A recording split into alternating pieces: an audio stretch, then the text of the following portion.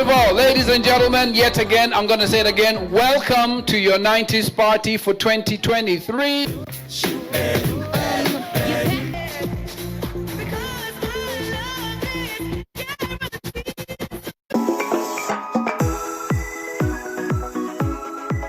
It's been 5 years since we started, and most of you have been with us, so thank you so much. I decided to interrupt this program today to say thank you to someone very special to this group.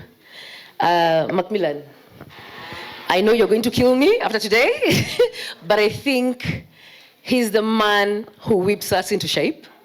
He's the one who gets things done. That is why we're here today, because we've had a lot of hurdles over the years, but Macmillan, you've held us together. You are the glue to this group. Leo tumekuja tukasema, sorry for those who don't hear me, who can understand what I'm saying is, today when we came, me and DJ Saimo were saying, we see each other once a year, kama dawa, like medicine, you know, when you take it in small doses, but we cannot feel. Like this feels like it is, you know, when you feel like, I feel like I need that medicine that makes me feel better, it is this. That is how we feel like every year we see each other, we celebrate each other, we enjoy just coming and having a fantastic time. And all this happens because this man right here has held us together. He works tirelessly. When I tell you, he works tirelessly. Also, our Vice Chair, Josh, I have to also thank you for holding together. So we have something for you. So Macmillan, before you give your thank you speech, we would like to say thank you to you and present this to you. Asante sana. Hamjambo. Thank you so much. That is the longest introduction. Oh my God. Yeah, I can see someone has been making very good use of Google. But honestly, I'm lost for words. Thank you so much. Thank you for that introduction. I feel like now it's made my work very difficult because everybody has got like really high expectations. And I'm like, I'm just like a simple chick from Meru, you know.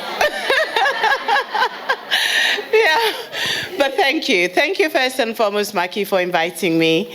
Maki and I met, I don't know if some of you used to go to the Zoom nights by DJ Delight. I can only hear a few whoos. But yes, that kept us going during lockdown, and that's why I met Maki, and our friendship has grown, and quite a number of us as well in this group who were talking about how we met each other during that time, and it's how weird it is during lockdown. That's when you're meeting new people. That's so weird, isn't it? And yet it should be during times like this that you meet new people. But here I am today, and I'm super grateful and very humble to be here. I'm also delighted to see so many members of our community together. And I like the fact that today is really about community. Needless to say, a lot of you are from down south. Watu wa up north, tunasahaulika saa zingine. Tuko tu lakini, you know. Welcome more of us into this space. That would be great. It's my first time here, and honestly, I'm utterly blown away by what I have seen, what I have witnessed, and what I have heard. So my message today really to you, Maki challenged me and he said, can you come and challenge us? And then I was like, now, how am I doing this? You know, but my message to us today, for us to share, and it's for me as well, it's for all of us in this room, is how do we move from surviving to thriving as a community, right? So I think a lot of us, you know, this 90s group, we are kind of in the same space. Our kids are sort of growing up. We are starting to ask those questions of, as people will start to fly the nest, what's next for us? Do we stay? Do we go back? Watu wa broti, tumejenga, nyumbani, you know? Yes. Do we stay? Do we go back? What does that mean for us? And indeed, if you've been here since the 90s, the question is, who are you? Who am I? Where is home? you know? And that is not an easy question to answer. I look at the kaleidoscope of colors in this room today. I look at the cultures and the way people have chosen to express themselves. I see in us, of course, the beautiful, beautiful skins with, my son has always said, we are all the color of milk. We only have different levels of chocolate in the milk, right? But it's beautiful to see all the chocolate, these beautiful chocolates in this house, in this room today. And but besides that, I ask myself, how are we showing up as truly authentic, truly Kenyan, truly who we are? At our table, we were talking about how many of us did not even recognize that we were black until we came here. And then you're just like, in fact, I tell people the day Kenyan Meru Kendi met Black Kendi, that was a weird day. You're like, hey, I is black. People see me as black, and what does that actually mean? And I remember first rejecting that and saying, I don't want to be black. What the hell is that? You know? And then after some time, I realized for me to navigate this space, I must first accept that that is how I am seen. And based on how people perceive me, doors are open or doors are shut. Right? And opportunities are created, and opportunities sometimes are denied me based on nothing else but how I look. So then, as we think about where we want to go and thrive, as we ponder as to whether we are surviving or thriving as part of the black community in this country, let me give you a little bit of a quiz. So I'll give you a fun fact first. So these are 2022 figures that you can find on .gov.uk. And this has to do with household income. Now, 45% of households in the UK have a weekly income of below £600 before tax. What do you think? That's 45%.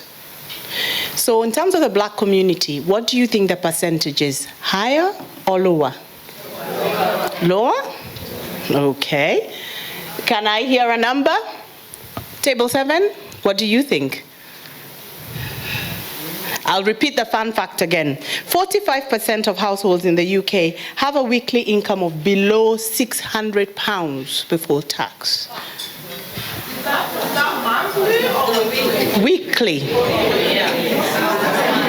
Below £600.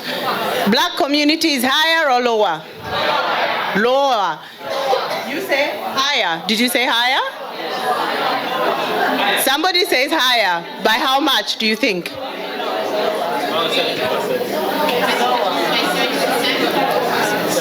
70%. Oh my God, we have pessimists in this house. But actually, they are right. It is higher. 54%. And we are the lowest of, we are the highest, sorry, we are the most likely of all ethnic groups to have a weekly income of £600 a week or less. Basically, we are the poorest of all the ethnic groups, okay? Now, 23% of households have a weekly income of between £1,000 and £1,999. Now, who do you think is the highest? Which ethnicity do you think has an income of £1,000 to £1,999 a week or more? Aziz, who do you think? Aziz is like, why did you pick on me? You should know this one. Who do you think? Asian? You're absolutely right. So not only Asian, but Indian. Okay? So Indian, 41%. 41% of them are earning this, whilst 54% of us are earning below £600. Now then, let's look at the highest one. £2,000 and more a week. Who's earning that? How many people say white British? Come on, man. Okay, Jewish. Let's start with Jewish. Jewish in the house? White British?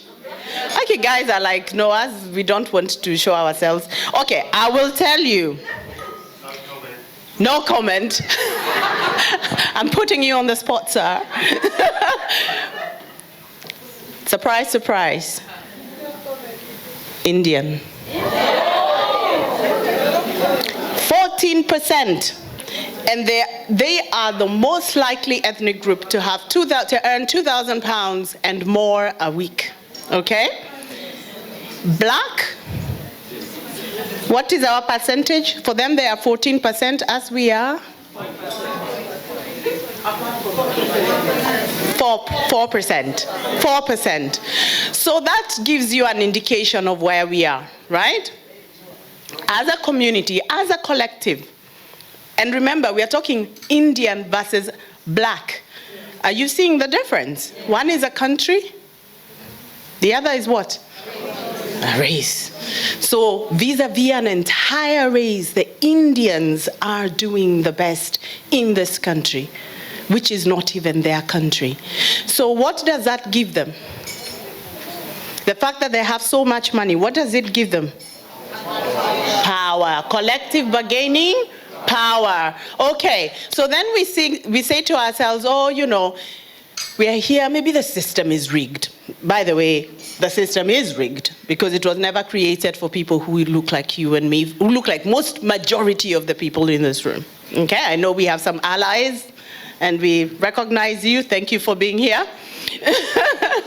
No, it matters. It does matter that we have allies and co-conspirators. So, but for most of the people in this room, the system was not created for us. And therefore, it is no wonder that these are the statistics that we have to deal with. But then we say, I'm going to leave and I will go to Kenya. Okay, fair enough. So you go to Kenya. Why? Because majority of the people look like you and me. So let's guess. 5 richest people in Kenya. Where do you think they come from?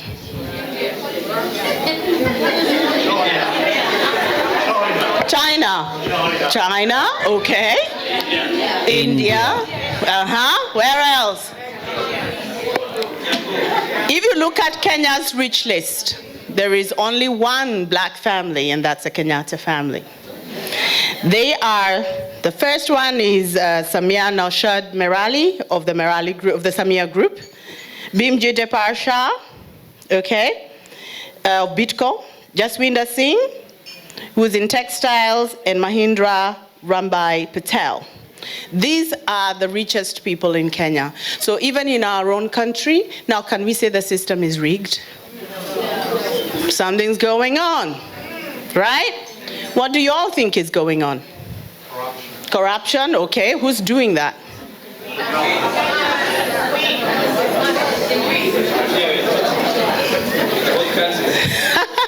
Now, corruption is an interesting one because I did my PhD on anti-corruption. So I can tell you the problem of Kenya is not really corruption, no.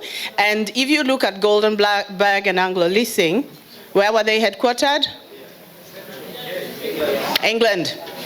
So, and most of the players, we are just pawns in a game that is not our game, okay?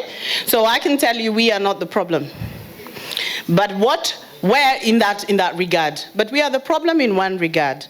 So when you look at, and I challenge you to Google this, the African or the black person and self-loathing and self-hatred, right? What is a colonial project? For divide and rule, okay? That's one thing. What else do we know about the colonial project? Inferiority, okay? What else? So this is gonna, I was told to challenge you, so this is not gonna be comfortable. I should have said that at the beginning, right? And for all of us in this room. So here is what it is. For us to be the people we are, the colonial project was really a project that dehumanized us. Because to treat folks the way we were treated, they had to be less than human. Because you cannot treat a human being in the way that we were treated. So what happens is that we hold a standard. And the standard we call is whiteness. And by the way, when I talk about whiteness, I'm not talking about white people. Okay? There is a movement called, there is whiteness as a political, socio-political force, right? That people aspire to. And what it does is that it centers humanness. So whiteness becomes conflated with humanness, synonymous with humanness. So everything that is human is white, and everything that is not white is not human. Do you get me? That is why you've heard of the do not touch my hair movement. Now the ladies in this room know what I'm talking about. Okay? So somebody feels that it is their right to run their hands through your hair and they don't know you. You don't know them. And when you turn around and say, what was that about? They act all upset. And they're like, why? But why? I was just, appreciating you because you're like a dog. You see, when you pat a dog should wag its tail and say, oh, thank you, master, because you noticed me. But no, the fact is that we are also capable of complex feelings, aren't we? We are human and we have human emotion. Now, the minute you start to understand that whiteness becomes the center ring of whiteness is the problem of the world today, because whiteness has contributed a lot to the world, but it isn't good, that contribution, because it's synonymous with capitalism, individualism, unhealthy competition, and the reason why our world is sick today. Right? But the unfortunate thing, and when I talk about self-loathing, is that whiteness came, as it came, through the colonial project. But guess the people who have embodied whiteness the most? Someone whose name starts with S and B. I shall not finish the name. You know who I'm talking about. Think about I'm talking from a political perspective, S and B, right? You know who we're talking about? So that is a very good example of embodied whiteness and high levels of whiteness, right? And what happens is that people start then to hate themselves. So people are just, it's landing for some people 5 minutes later. So anyway, but so we start to loathe ourselves because we are told we are not beautiful enough.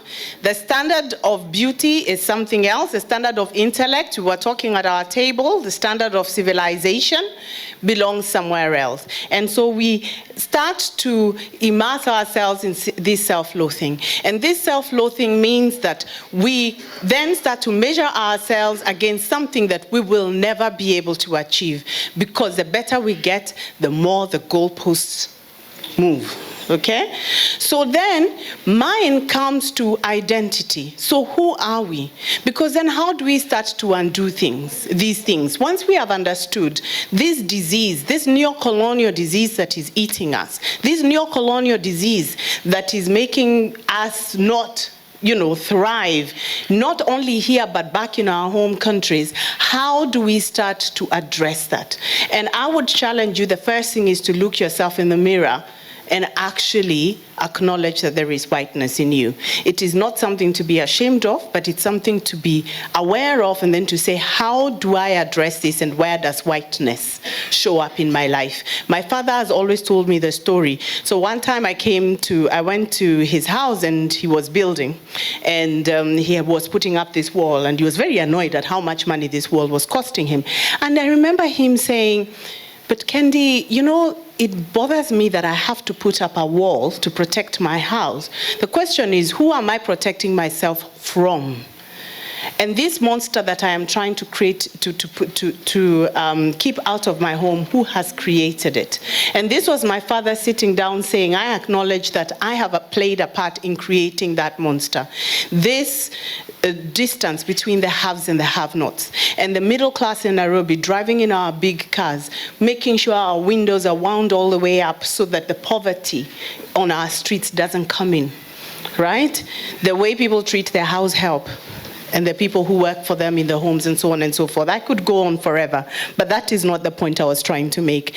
The point I was trying to make is that we must face our self-loathing, and because we cannot blame the system forever. Because if the system is broken in England, where we did not create this system, then what are we doing after 60 years of independence in our own country, that the people who seem to be at least economically thriving seem to be people who are different from us?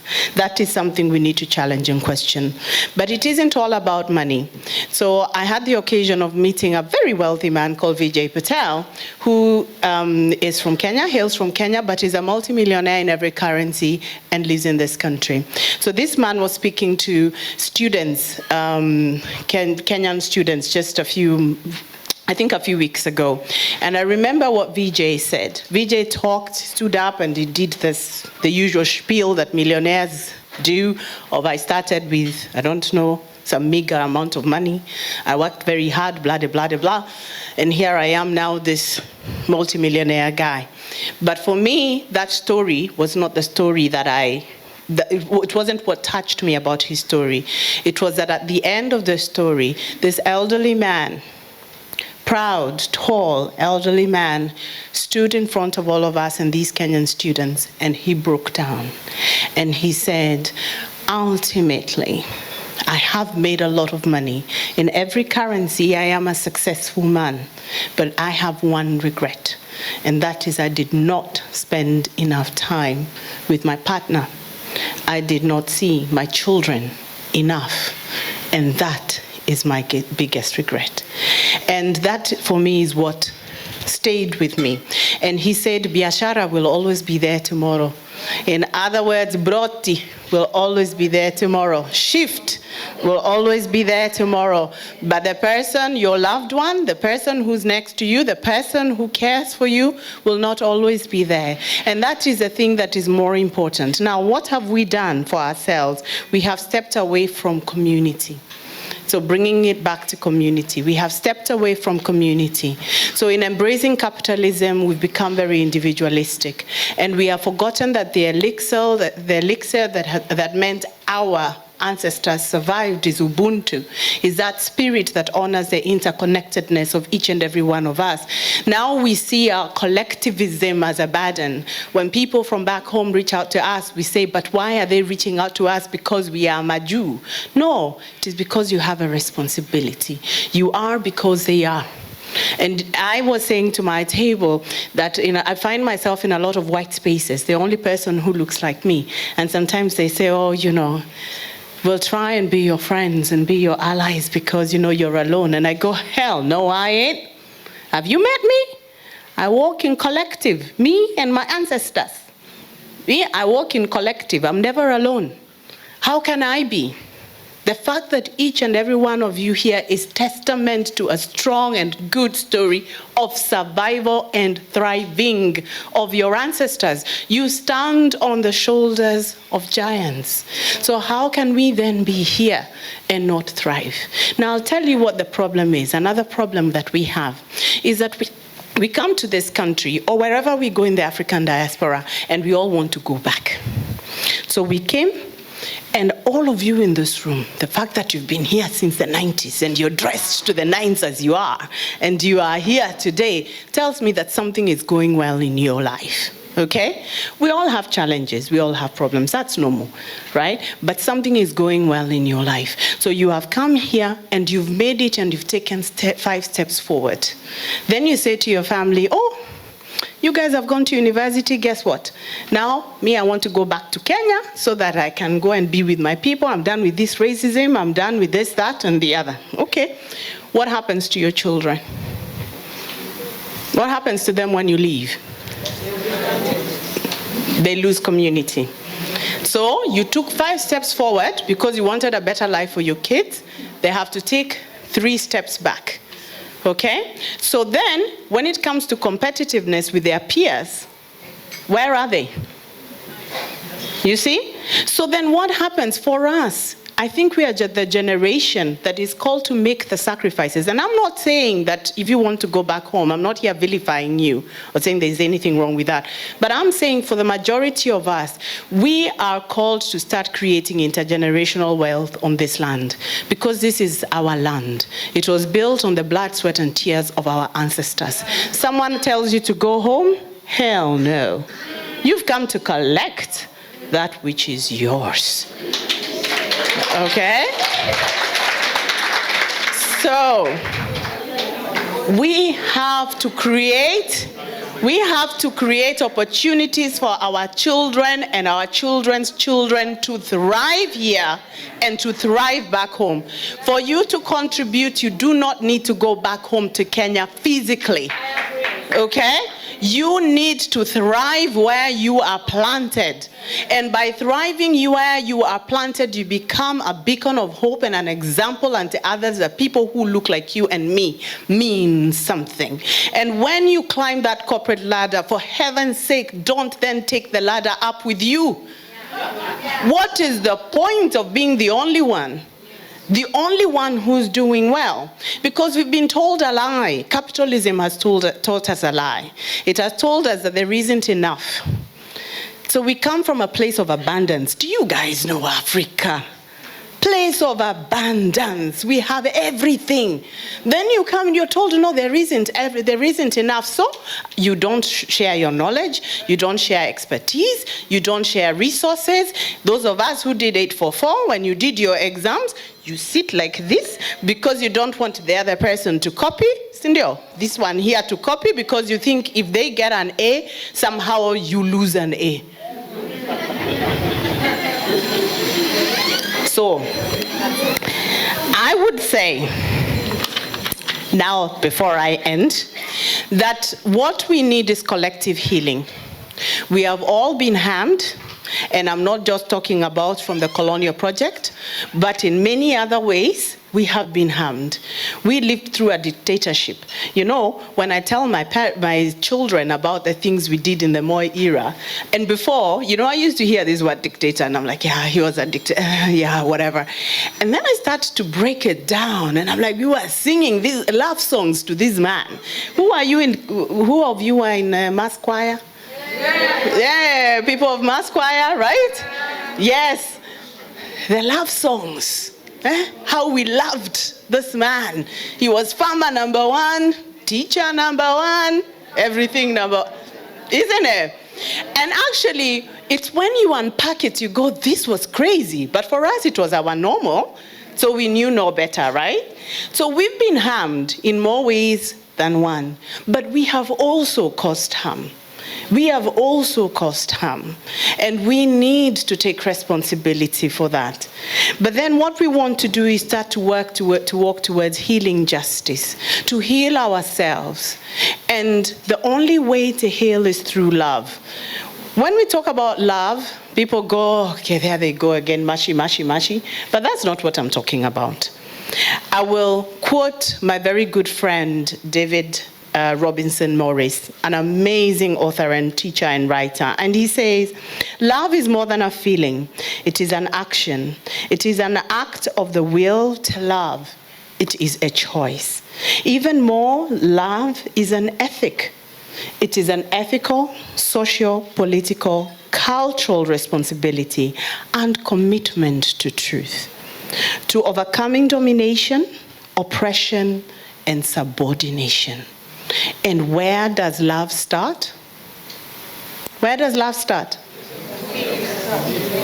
Where does love start? That is not loud enough. I don't think people know. Where does love start? With yourself. And guess who the hardest person is to love? Yourself. So, my friend, you cannot give that which you do not have. Remember, I said the problem of the black person is self-loathing and self-hatred. The way to path to healing is to change that self-hatred and self-loathing into self-love, okay? Self-love, where you show up and you take up space. When you take up space, you don't take up space as another. You know, there are people who, not only here in England, but even in Kenya, take pride in the fact that their children do not speak their mother tongue. Yeah? And they say, Shiana Shiakwa, they don't understand, right? Isn't it?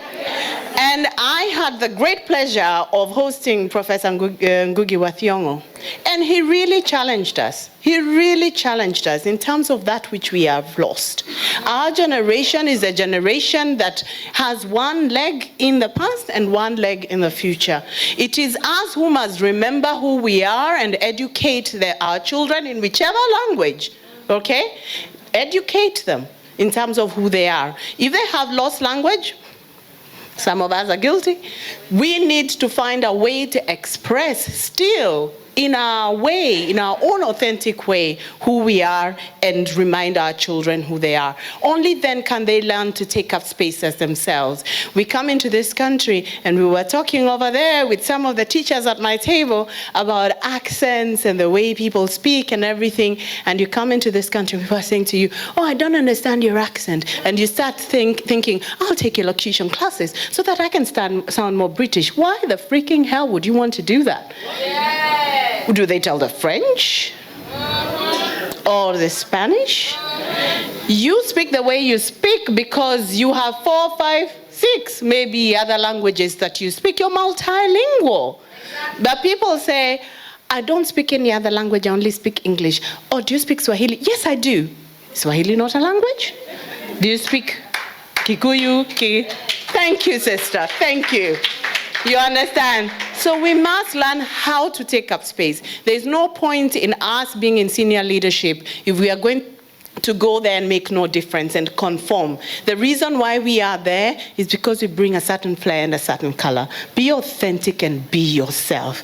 And I am so happy. The other day I was calling it as it is. And I went into, and I met my partner over there, and I said to him, Mpenzi, I call him Mpenzi. Why should I call him darling? You know. So I said, Mpenzi, you know, I might be fired today because I have spoken truth to power. You know what he said to me? If you get fired for the right reasons, then we are okay. Okay? So, thank you. So, I leave you with these final words. So let's talk about healing justice and our collective liberation, because we get liberated through healing as we heal ourselves. So what are the healing justice values? And this is still, I have borrowed from DRM. And he says, first, our collective memory and wisdom enables well-being. Our collective memory and wisdom enables well-being. For those of you who are lucky and your parents are still alive, please, this is the time for you to sit with them.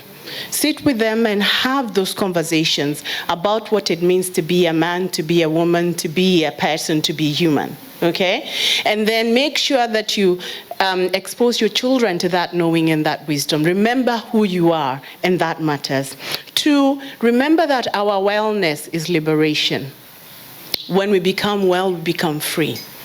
Okay? Our interdependence is essential. We're brought up, we have thrived, and we are here through the spirit of Ubuntu. We are only minoritized. We are not the minority. We are the global majority. Okay? And there is strength in numbers. There is power in numbers. But like somebody said, divide and rule. Divide and rule, where people who look like you and me meet each other in the street and do not want to be with each other. Why? Because you're of a different tribe. You're from a different country. Do you know these countries were never created for us? Yeah. Okay? So when these borders were drawn, were we consulted? No. Did they even sit in Africa to do it? No. They sat where? In Germany. And they drew some lines that said, I don't know what. So they built a house. It's like someone building a house for themselves. Then one day you come and say, my friend, you have built your house on my land. They say, okay, fine, we are going to leave.